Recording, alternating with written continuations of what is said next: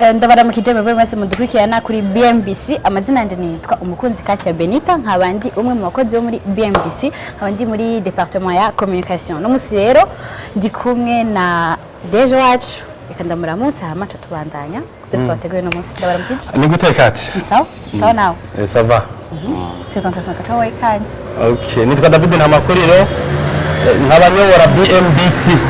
Iyi societe ibubakira amazu ikagira ivyigwa by'inyubakwa kuva muri 2012 ikaba cyane ihaba service kuko byari biri kuva kera abarundi cyane bari muri diaspora naho nabarengaha nabo nyine batwikora ko keshi. Rero uno munsi turi mu Kanyosha urugo ndeze kwa dukurikirana cyane mwabonye yuko nyenego aheruka kuva mu mahanga tumushikiriza inzu yiwe yubatswe guhera muri 2017 ni henze na 2018 comme ça. Rero uno munsi twaje kuvugana nabo ariko detail nyinshi mon directeur show nyapuya ko bandanye. Okay, iyi nzu ahantu turi ni Bujumbura, sindababwira neza hariho mugabo mu mutwe wa Bujumbura. Hanyuma rero hari umukiriya yavuye abinshuti nkuko nabandi bakiriya benshi babinshuti nkuko nawe ariko turabusanga n'abari inshuti kubera ibyo twabakoreye bari mu bihugu bitandukanye baba mu mazu yacu ngaha mu Burundi twubatse ku izina ryabo. Rero twaramenyanye imyaka iheze n'uyu mukiriya, hanyuma mugabo nitwabonana yatubwiye ko yatumenye ku mbuga, hanyuma arazi naratohoza nico genda nitwabonana mugabo aramenya yuko ibyo tuvuga tubikora ko turi ku kivi. Hanyuma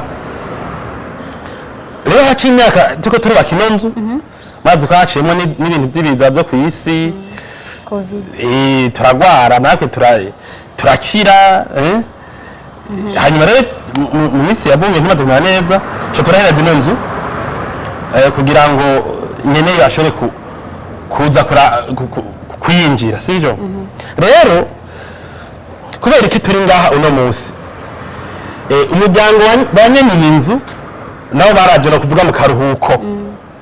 Hanyuma je mu karuhuko bakabona by'ukuri nitwaje mushikira cicaro bacavuga ati turabaza none hari ntaye mu dushingira ko muvuze ko mukenguruka service tugize twabahaye cyane ko nk'abari kwatwumviriza nk'iyi nzu nitsume vuga ngo twaragiye ni nakujya donc naho twaroye nibyo ubayibamwo mugabo niho turi igihe badukeneye bagumya ari umuryango igihe bakeneye ico tubafasha kwera inzu nayirara makujya kw'ingono irama tuba turi ngaha. Bacavuga ati rero muze tubashimira Intahe.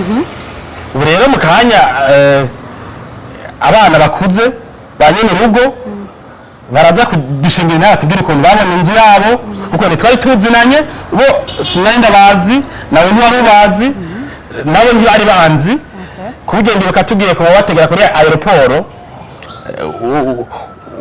aba bagenzanje bagiye kubategera burya byaragoranye kubera twari twazinye amasura sivyo kubera tukagira ngo umuntu urinze umwakira inzu wa n'ifoto yiwe bimeze uko yasi cyane kabisa.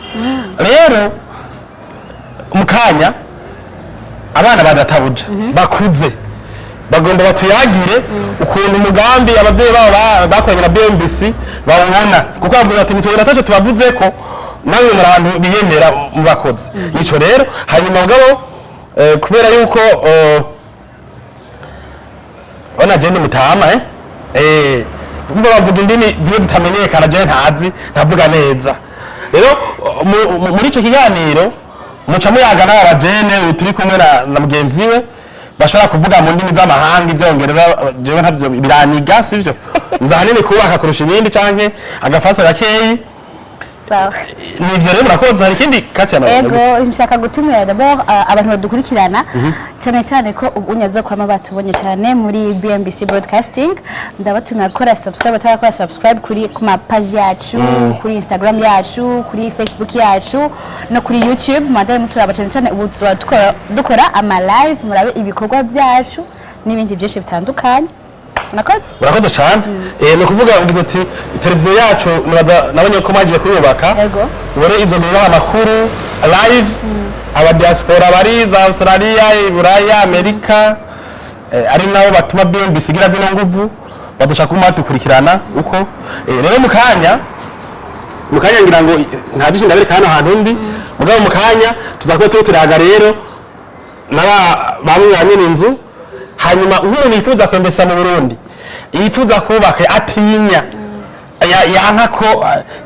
yohemukirwa niyo mvitsi ijyanye batugirira naho ataco barashikirwa ndazi barambwiye ukuntu biyumva amakenga here sivyo umuntu yifuza kwembesa mu Burundi azakora na BMBC nkuko abaye bakoranye na twebwe mubona bavuze bati ni mudo dushinga intahe kandi nibamenyesha ko muzomara igihe kinini muko bararonka yindi intahe z'abakiriya ba BMBC murakoze karibu rero mukanya duca tutanga kuyaga nabari mu rugo hanyuma mushobore kwiyumvira ibyo ntashobora kubabwira yego wala rero nisubiyeko kubera yuko banyemereye ko twogerageza mu Kirundi turavanga hasi nico congereza nanje urumva burya nanjye narasomye ari two numva rero sinosaba kwidondora muri byinshi jewe nako bagaga ku muryango imbere ko tungira ngaha mu nzu rero ndahasanze aba turi kumwe uyu musore ni inkumi ni nabana bakuze banyene inzu hanyuma uriya nawe Katia ni mugenzanye dukorana muri BMBC rero twabwiye ko twabubakiye inzu bakaduha isoko hace nk'imyaka hinga tutazinanye abavyeyi babo batatuzi nabo urumva ntibari natuzi kuko urumva bamwe yamenga haye baje nka rimwe mu Burundi ino kuva bavuka canke kabiri rero urumva ko bitari byoroshe ariko baratwizigiye bafatiye ku makuru batumva ko babwirwa n'abanyi babo hariya muri Amerika ngira kutubwira byinshi rero bashaka kubaka ino nzu basanze bimeze neza badusabye yuko boshinga intahe kuko n'abandi bakiriya ba BMBC cyane bari muri Amerika bamaze imyaka babigira mubana ku mbuga zacu za YouTube surtout na Facebook rero reka ndabasaba ibidondore twabande musore Jentwa Damian Ntawumpora ndavuye nganye mu Burundi mu Rumonge muri 1993 hama nkura muri Tanzania mu nkambi no kuvuga haci imyaka 30 20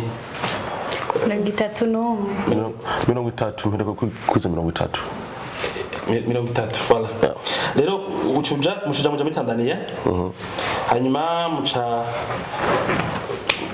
mwashitse muri Amerika gute ngana gute mugishikari Jinda virumva ngafise imyaka 3 tumaze imyaka 10 muri Induta hamdugina muri Amerika mu 2007 yego tumaze imyaka 10 muri Tanzania rero muri Amerika tumaze imyaka 16 cyangwa 17 oh nabavunitse ukiri mu jene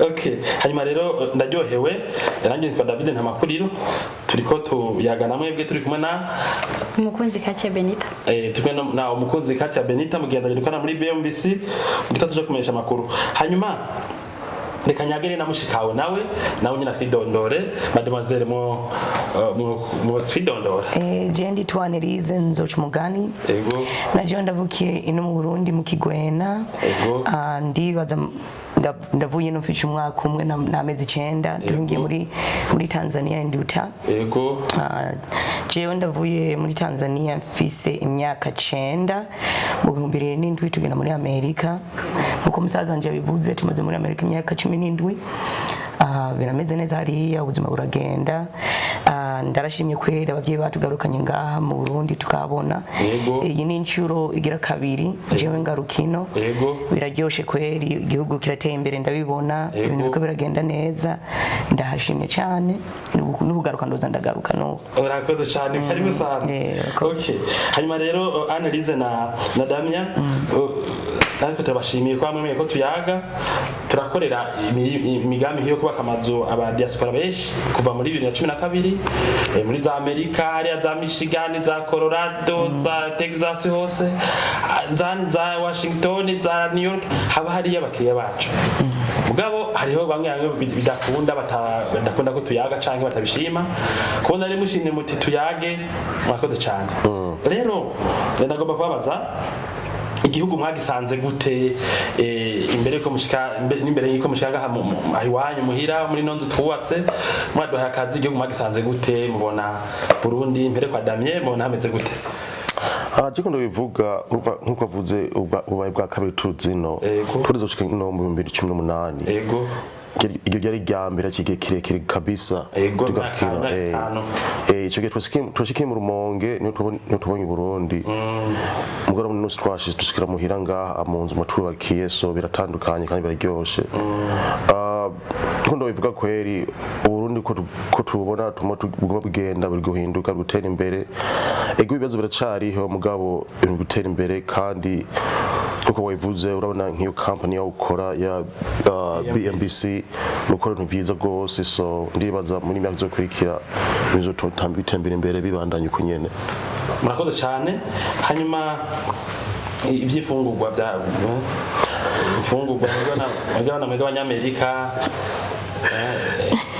Gwana mahamba kana mahamba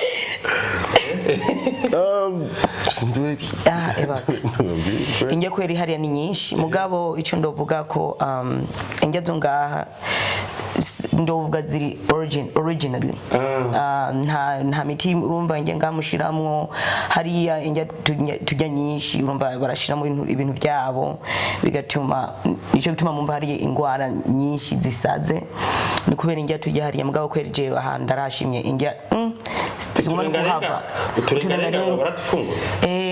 ziraboneka hariya kubera mama urumva yikuriye no yirimira na hariya aracarima aratera ibiharagi impuzenye ibyo ibigori ntori inyanya ibyo yakora urumva muri Tanzania arabikora mugabo hari ibintu bimwe hariya bidashobora kumera ikintu je ntarabona atera ibijumbu canke aya mabungu tugino amateke hariya ntiyakura mugabo ayo turonka sinkayino kore ndari amateke hirya yejo ibagabo yayikore yari yarengera yari yaryoshe ingi bash ingyo ino kweri ziri very healthy nta muntu yovuga ngo yozino ngo avyibuhira ino ivyo bintu kweri katomoye hanyuma friendship mwabonye gute abagenzi muri kumatembera babona izikizi to create friends here biravana naho giye urabona kajura ngene nkungana inasiko mungana sivyo no gusoka nsohotse bamaze guhagarara kara abantu bavuye aho nibivyo bikoko bavuye so mbwa ko ndabonye biravana nkeje twari muri ville ne twabonye ndarabonye n'abansumba yego ko ndatangara nibivuze bayabambere mano gusumye n'uburebure nyene so kweri biravana huri by'ugenzi navyo yumva birafata umwanya ko urabona nga nta mwanya munini tuhamaze mugabo tufise nga imiryango so niba twereka abantu niba tugira introduction y'abantu nkuko mushikanje yavuze turumva tuzora tuza abagenzi bazobaho so tuzobana nyiko nyene urakoze cyane hanyuma nagomba rero tuje kuri kuvyerekeye sujet proprement ane wewe wiyumvise gute abavyeyi bakubwiye ko barondeye societe twa BMBC yubaka amazu muri 2018 batangiye kuvugana ngo agomba bakinzu ya etage geretse kabiri ibintu by'amahera menshi miliyoni amajana ntabwo babumvise ubwoba bwarimwo kubera muri ivyo bihenda ndabizi ko Burundi yari ifise ingorane gatoyi mugabo jewe nkiri muto ndarakunda kubona design papa wacu yari yakoze mu gatabo rero tutangura kuvuga bana ntuzera tanguye hariya ngo mandubakishe numva twari yaragana tubwira gakega ko buto ntabwo bakorerwa dufise kubera avyeyi bacu bakora ibintu bafise umwete kandi bafise ingingo yayo so jewe kweri kuvuga ntabwo bakorera ndari mfise bene they trusted you guys they presented you guys with the project now kuvuga je narafise ubwako yaye kweri kubera bene barabemera umuntu ntibari gutora umuntu batemera ntibari gutora company batemera rero batubwiye twe ndazi ko ibintu byari kugenda neza kweri kandi ibintu ndabibonye byaragiye neza cyane inzu ni nziza marayubace irameze irasa neza cyane gose murakoze cyane ndashobora kuvyongera ego Damien nabo jewe je kwenda ndumvise ubwoba gatoyi kandi gituma ndumvise ubwoba gatoyi urumva keshi tumatuma ama story hari urumva umuntu yarakoze yaragira amahera byose ararungika bamwubakira inzu nina nini apana gusa mu Burundi mu Afrika yose aba Niger ntuze Tanzania ugasanga umuntu arunze amahera menshi akaza gukora inzu bamwubakiye ugasanga baravyishe baravyoneye so je kweri ndumvise ubwoba gatoyi ko iyo company ndumva avuga amazina yanyu iyo company yambwabo musinda ndabazi so je ndumvise ubwoba gatoyi mugabo abo ndamwemera uko nagiye ibintu by'ubujinga so ngandi umadarindiye kweri twarazinga turatanga ivyumwa koze so yaruma biravana urumva mwe kuri muragize ibintu vyiza ngaha ivyo mwubatse byarabonetse no biracari neza kweri nk'inzu mwiza mbere maze kwinjira ngaha mbona zubatse uko so rero I'm calm. Thank you very much. Ego cyane. Hanyuma nagomba ndababwire gusa ikintu kimwe mwegeye mwatwakire ngaho iwanyu. Urumva ngaha mu Burundi mwavuze ko mu myaka yeze mbere hari nibazo by'umutekano byatumye rero atama company no kwita specialized myinshi akura ugasanga abantu barubaka amazu n'ibyo mugabo ntibagira ama workshops ntibagira ama teams ugasanga ngira mwarabonye bimwe muri ngaha nk'amatara agize ikibazo canke amazi canke ikintu ko yadufise teams uzobona jariruka utelefona ati BMBC hari tara riko rya kanabi uzone umufundi aranyaruka ko yadufise teams rero naho umuntu atobara umusuma mumushinze kubaka inzu akaba atari umunyamuga adafise atelier nk'izi mbaho mubona dukoresha ngaha tutazikorera ntibikunda rero bicegura ko umuntu ashobora kubaka inzu nziza benshi burya niho bahombera benshi ntibaba babihaye abasuma mugabo usanga umuntu w'iwanyu wabishinze canke umu engineer ntafise ubuhinga n'abahinga botuma yamahera mushinze yabyaza ikintu ciza hanyuma urumva naho ngana amakampani ntateye imbere cyane mu byo kubaka tuko turapushinga BMBC gira inguvu hamwe mbere atari amasosiyete yo mahanga asura gukenera mugo hari ikibazo rero cy'uburyo n'ibyo by'umutekano byagiye biraba ubu turabona ko ibintu bikatera imbere rero mworema cyane cyane igihe mushaka gukorana na BMBC ego rero mwavuze ko ari byiza mumaze gushika rero mumba kuva muri 2018 twabonanye twabumvise ku matelefone twatanga umugambi gutegura corona iracamo tuma tubaka buhoro mwari kwa mwaraje kera ndavyibuka mugabo rya pandemic yaratumye mudashobora kuza n'ingoga none mwebwe mumaze gushika rero ngaha muri uyu mwaka mu mpera za 2020 mukabona ino nzu yanyu twubatse mwege mwimvise gute mbere kwa Anne Annelise ebaka twarashice ndatangara kabukora kutwe twashice mu ijoro ndaratangaye kweri ndaragenda hanze baraca amatana ndayiraba ndayifotora mvuga ati ibintu mwakoze kweri ni byiza utuntu twa mbere twanshimije n'utu dupillar turi ngaha inyuma aga pillar twe tubitu pillar akantu gahagaze ngaha pillar pillar okay ni pillar twe tubitwariya pillar twarankanga urumva twanyibukije kumwe n'abantu zenye bubaka inzu hari iwabo aba Roman ijya Roman Empire kero ni kweni intuze inzu yabo bayuka iyi design rero yacinye buca kujya iyi ceiling mwasizemo kweni n'amatara umwe mwayinjiza indani neza cyane kweri ivyumba mwubaci mwabigize binini ububati nta kintu kibuze muri inzu n'ukuri no kuvuga bwa ati twarubatse inzu mwarayubace neza byani murashika kumurashikisha kure murayubaka neza ibintu byose design ngira baba yari kungena yari yayicafye nikwe mwayigeze neza cyane mwe mvuga muti ko papa wanyu yayiba presence yandubwiye ati nifuza neza gutya abahinga bacu baca barayishushanya bari barungikiye bayimukira papa wanyu hanyuma caravuga ati d'accord mvuga muti twabikoze ko nyene hanyuma kandi banda twaravanze turashiramo ibiti turashiramwo utundi tuntu nyene kugira ngo hejuru ibintu bimeze neza udushirwe murashiraho hariya ndacubona ebagabo neza kweri mwarabigize neza cyane yego cyane hanyuma reka mbanze maze damye nawe uyimvise guterana mwaragize amakenga n'ibyo mugabo mukizigira mutavyeyi bacu ntibakunda gufata ingingo zitiyumviriwe ariko mwagumana somehow amakenga sije mumaze gushika ngaha damye rero wasanze niko wari ubyiteze canke what were your what were you waiting to see this or less or bad cyo ndandarahaje yitwaje bwa mbere ahari ubwatsi n'ibigori so kugaruka kora mwakoze ibintu nk'ibi kweri. It was more than expected. Yeah. It's impressive. It was more than expected. Design wakoresheje ntari ntazunda bwabone kweri nk'uko mwagize amatara. Very impressive. Izi ntuzeye wakoresheje ntuzeye hasi tiles very impressive. Rero bambwiye ati umuntu David yadugiriye ibintu kweri nikafa nikabisa niwabizi ibintu niwazi abantu bose ngani niwazi kuronka ibintu umuntu akeneye kugira vision y'umuntu yagomba vision y'umuntu yagomba kubaka ko yagomba gutorora byose bishikuko nyene kuko neza bivuze baberatse vision ku papuro bicafiye ngo mbinzu bariba kuko gushika ngaha kweri was more than expected, so it's very impressive. Well done. Thank you very much. Yeah. Thank you very much.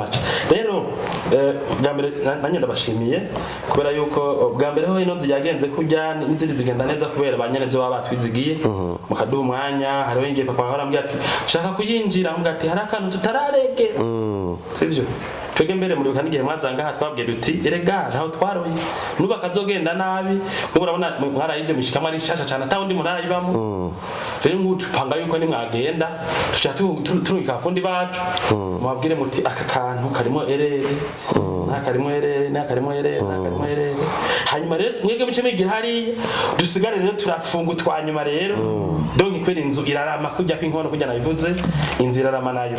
Okay rero hanyuma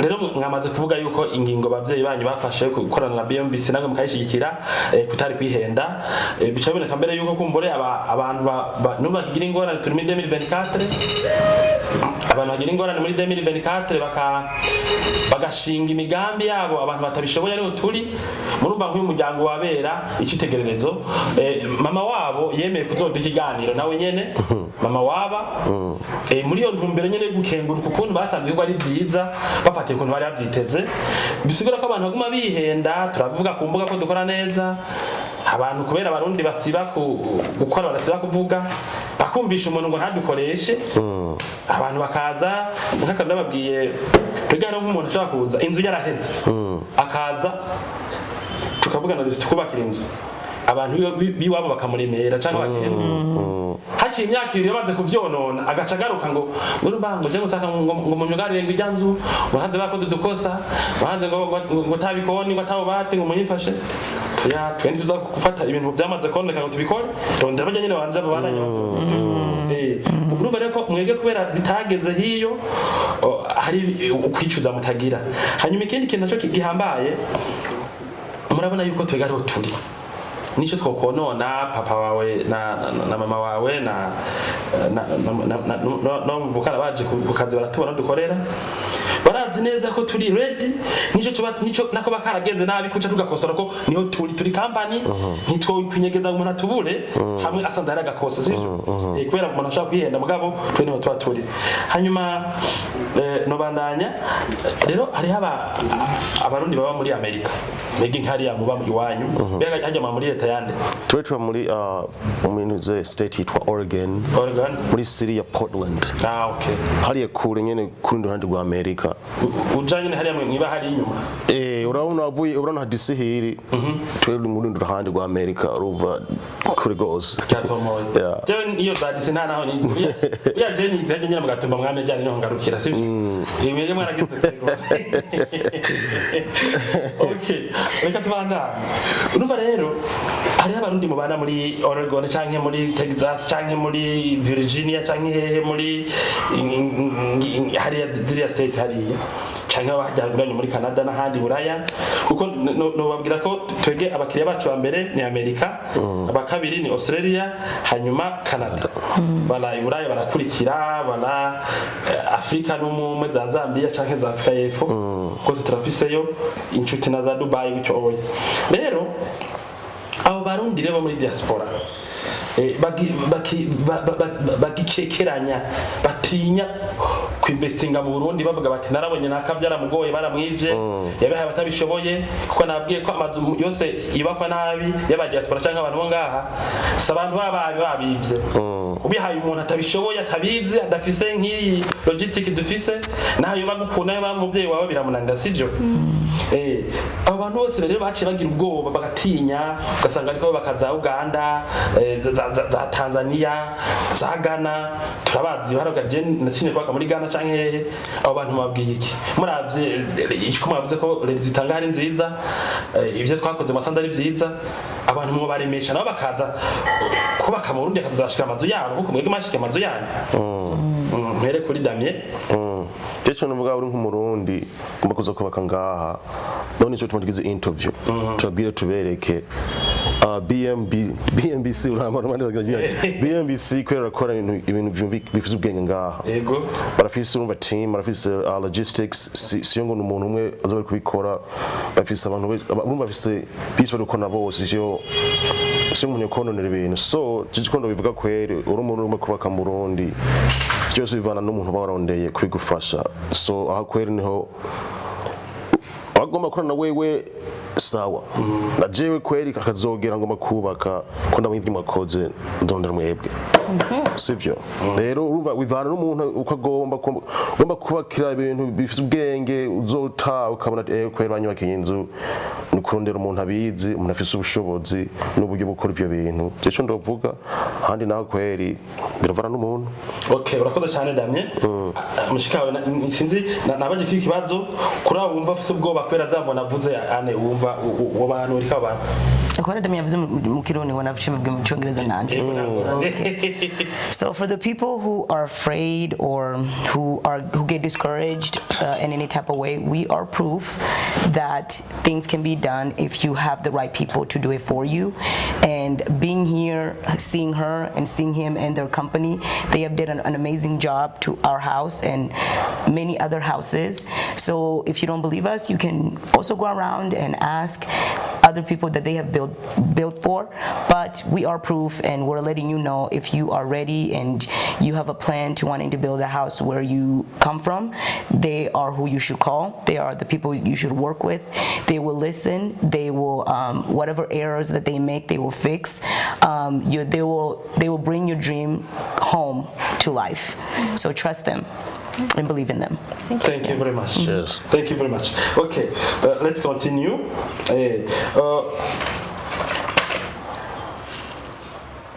Yavuze ati Damien yavuze ko utubaka inzu zifise ubwenge.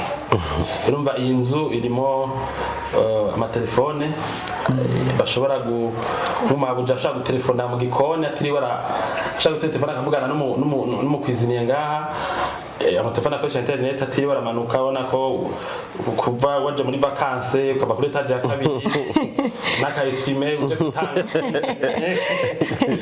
arumva abashaka gucafata amatelefone no mu byumba ariyo bakavugana n'umukozi ari hasi mu gikoni agateka ati kurugo nuko urumva ni ibintu bimeze neza kandi amatelefone ntasaba recharge ko ama internet baragura amente mashasha hanyuma barafise internet no kuvuga bashaka kuraba ama televiziyo yabo ngaha bifashishije internet pas nécessairement ko bakoresha bashaka n'amateleviziyo muri Amerika bace kuri YouTube hari iwabo batiri barakenera ama decoder yabo ngaha kubera iri connect inzu kandi nta nahamwe ubona bya bitsinga bigenda biratenga hari hose amatuyo byose ni ibintu nyene biri hajya nyene voilà hanyuma ibindi bavuze ko byubatse neza inzu iri dekore n'ibindi decoration imeze neza hanyuma mbere hari ikindi kintu navuga nizi ntebe donc nk'ubigihe baza aho se twicaye basanze hose twatunganije kubera umuryango w'abavyeyi babo twakoranye neza cyane ku buryo twabwira twe inzu hageze ko tuyidekora batungikira uburyo turagura ibyankenerwa byose ibindi turabyikorera nk'izi ntebe dusigaye tuzikorera ubu amasaro ministre amatabra manje ibitanda ibikoni uba turabyikorera byose ubu hamwe inzu usanga twayidekoye yose imeze neza rero nico ni gituma baza ko yavuze ko inzu twubaka ziba zifise ubwenge kandi ziba ziheze there is a question I would like to ask again. What do you think about a finished house? When do we say that house is finished?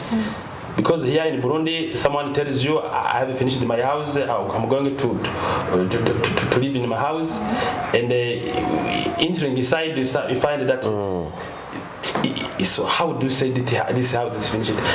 According to you, when do we say that house is finished? Is it equipped? Is it analysis? When, in my opinion, when a house is finished, it's when everything is accounted for. So couch, kitchen, decor, everything that the house needs is in the house. There's a table, there's chairs, there's water, a little water dispenser, there's the TV, like aesthetics, accessories, everything is in the house. That's a finished house. When everything is in place. According to you, it's not only putting the pens. No. Yeah. We gotta have the aesthetics of the house as well. Furniture, yes. sitting room, dining room, kitchen. That's a finished house. Yeah. After the inzu iheze. Wana mwege abarundi ibintu by'ibyo birabagora. Mwege birabagora kandi basigure. After the inzu iheze, inzu ikoze igikoni. Ifise ububati, ifise mbere n'ibikombe, ifise n'isabuni, nk'inzu baza kuyinjiramo nta kintu na kimwe baje bazanye ngo tutagize ngo turyama neza. N'umusegetera nimba ukene twari twawupanze wose, kandi ubu niko amazu yose tuyagira.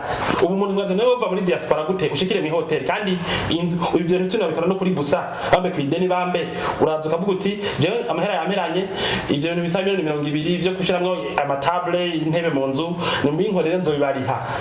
Muca musanga burya ko abishizemo mugaca muturiha ku madeni kujya tuke twubaka amazu ku madeni. Kirumvikana cyangwa bifise tukabikora umva turavyikorera ubu ukaturiha amahera nkuko baturije sivyo. Urumva ko ibyo bintu by'ukuri n'inzi biheze. Damien nawe niko vyumva? Kunyene ko navyumva kandi nk'unyene navuze ndibaza nkuko wavuze urumva twaje inzu twayibonye ibizosigara tubuza ati agira baza gasubiramwo canka aha byose tuzobabwira mwe mwibandanize muheze kabisa nyeda cyane aha rero kandi kwena mugira uko urumva mwe siyo mwaradusize mushamwe ati turahejeje akazi no mwe uvuze ati mwe murabe hari ingorane hari kini kibazo mufise mutubwire tuzogaruka tuvyugare tumeze byose aho kweri ni inzu 100% finish nyeda cyane. Okay, we have a department of that is called the BMBC investment management.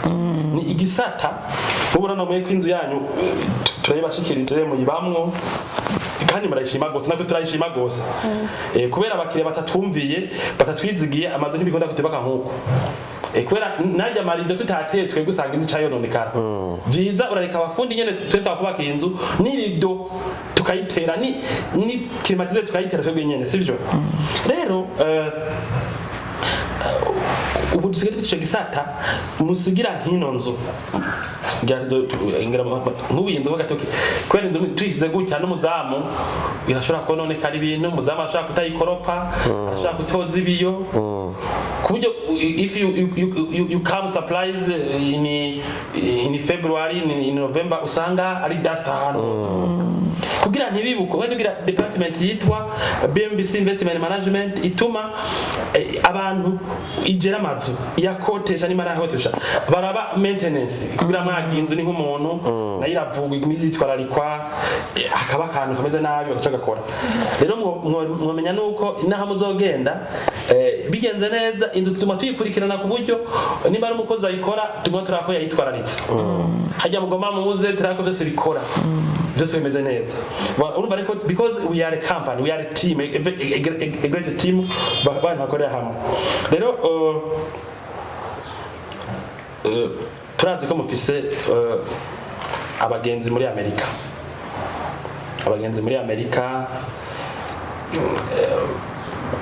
mungana donc imisore n'inkumi canke abadamu canke abagore mungana canke abaruta ubu ni mwashika. Do you recommend the BMBC what or what? 1000%. Yeah. Yes. Like I said, when I'm ready to either build a house or buy a house here, I'll definitely be looking for your team in your company. So yeah. And I wish you to succeed in your dream, so that one day in 2024 or 5 you come 6 years, 30, you say now I'm ready. I want to build the house home. So BMBC, I call on you. We'll be very grateful if you can choose us. That's why I want to help you today do this interview, that we can maintain a relationship. Yeah, thank you very much. Also begin it, because the first time you came in 2018, we did not meet. So I saw meet you the first time I encountered you face to face, and I did not know that it would be as open as this. Of course. We appreciate. You're welcome. We appreciate, and for the next time, I bring you, if you are you come with enough time, I bring you in political capital, Tega, to show you where the country is run. Yes. Okay. Benita. Oui. So before you finish, can Benita add something? Yeah. Okay, thank you. Sinza kwanza yako mchongereza, pardon. Okay, jewe ikibazo canje nashaka kubabaza. Ryari bwa kabiri muje. Ni yahe kubera haciye imyaka 5 umva hariho utandukanira. Itandukanira kuva mukiza no simvuze ngaha anya. Uruvuga Burundi bose. Ahantu kweri harateye imbere. Kubera kiyagiye twaza aya mazu yose yari nganti yariho. Hari amashamba nkuko Damian yavuze, ahantu hari ibigori ubwaci ibiki n'izi nzu zose ziri nganta ntazariho. So n'inzu yiri imbere yacu ntayariho, n'inzu yiri ngana n'inzu yiri ruhande ntazariho. Rero ahantu kweri mu Kanyosha harateye imbere kweri ko ndabibona. Yego. Murakoze cyane. Hanyuma before also finish, as you are on behalf of our future customers, clients, nagomba nababwire kuvyerekeye bijya bigwati Edwine mu mutoyi wanyu mutoyi wa yaratugendeye na wa compounds we have impangu usanga tuko turubaka ziri nko buraro 100 aba diaspora kadahagura mbere a new project haje impande ya airport, donc uzova muri airport uca winjira mu nzu ego umva iyo atari intambwe BMBC yatanguye ari societe nyene yirondeza bw'abantu bakayikunda kubera ubwo busiriye muvuze gushika dusige twubaka ibigwati tuko tubaka buraro ngaho igihumbi ngaho Bujumbura mu mahegitari 15 tumaze gutanga gukoreramo. Rero nashaka ubwo butumwa, this message to carry it with you when you go back to USA. Tell friends, majirani fulani hapa na hapo kwamba BMBC tuna offers munashaka kuzubu wana nkatwe batse mu itongo ryanye itongo abavyeyi banyu baguze mugabo ubu n'abadafise itongo baraza bakabigurira rimwe byose bacu muri BMBC. Si ngombwa ngo ubu ufite itongo kugira ngo uze kugira uvuga ati jewe ndinjiza amadolari 1000 canke 1500 canke amajana 5 tukarara gusanga inzira imwo ushudura kugenda bigenda muri Amerika mita mortgage mukazoza gushika bihetse. Urumva this is also a product we selling now. Hanyuma jewe rero nimba takindi Katya ari kindi tutavuze. Oya je numva byose babivuze gusa ico nshimye nuko twashoye kurenza ko kuvyo bari batwiteze ko niyo ni impact nini cyane kuri BMBC.